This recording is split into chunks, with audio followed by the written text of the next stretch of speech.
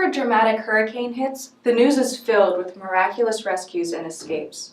We hear of boats assisting people off a roof, or of a courageous passerby pulling someone from a car in the middle of a river. But what about the people who don't make it out? What about those confined to nursing homes and the decisions made by administrators? Those are the people asking, what about us? How big of an issue is this? Of the nearly 900 deaths from Katrina and Rita, 12% were nursing home residents. The risk is likely to continue. In the US, about half of nursing home residents live in hurricane-prone states. How can we possibly leave these people behind to face a storm like Katrina or Sandy? And yet, are we truly saving them by evacuating and exposing them to the medical risks of transportation in elderly age? Let's first look at Katrina. In a study written for the Journal of Disaster Medicine and Public Health Preparedness, they found half the victims of Katrina were 75 and older. Many of these residents were located at nursing facilities such as LaFawn Memorial Medical Center and St. Rita's. About 22 residents died at LaFawn, where they lost electricity due to a generator failure. Water and medications ran out, and help came too late. At Memorial, 34 died. Later, 2 doctors from Memorial explained that they had purposefully hastened the deaths of patients who were in severe condition. There were 13 nursing homes investigated in Louisiana following Katrina. Among them was St. Rita's, the only nursing home in St. Bernard Parish not to evacuate, despite the parish's mandatory evacuation order. When the staff realized their mistake, they tried to barricade the entrances, but the water rushed in anyway, through windows and air conditioners, flooding the rooms so that beds with residents still on them floated toward the ceiling. Left to fend for themselves, residents screamed for help. 35 of them died in the home. Corpses were left in the home for over a week after the storm, lying among dirt, debris, and wheelchairs. The owners of the home faced over 30 lawsuits, 35 counts of negligent homicide and 24 counts of cruelty to the elderly or infirm. They were acquitted. St. Rita's had an evacuation plan approved by the state.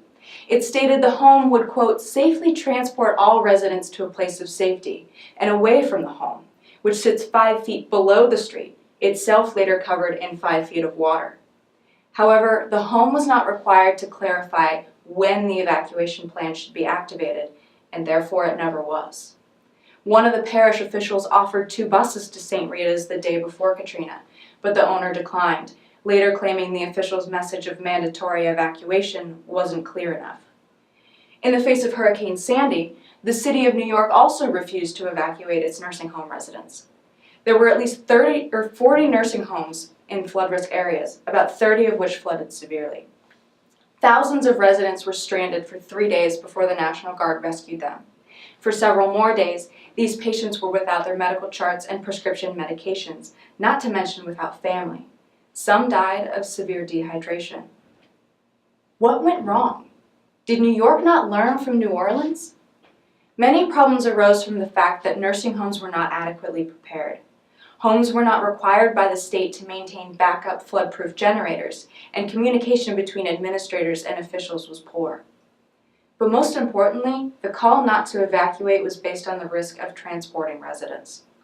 In response to Tropical Storm Irene, nursing homes were ordered to evacuate. When the storm turned out to be less than catastrophic, the costs of evacuation became greater than the benefits. Residents needed extensive care to recover from transportation and relocation, and thousands of dollars had to be paid out for temporary housing. These residents' lives are put at risk when transported, especially since they are in such frail condition. One official said, quote, if you take ill-aged people and put them on a bus for 16 to 18 hours in evacuations, people are going to die. Bus evacuation may pose a greater risk than just travel time. A nursing home just outside Houston decided to evacuate its residents before Hurricane Rita hit land. Buses were limited because of the emergency, so the bus that showed up to the nursing home was not the one which was requested.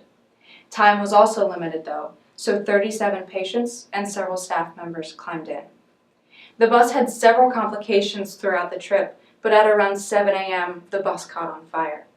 Emergency responders were able to pull some of the residents out, but within a few minutes, the fire reached a resident's oxygen tank. The bus exploded, killing 24 people and wounding several others.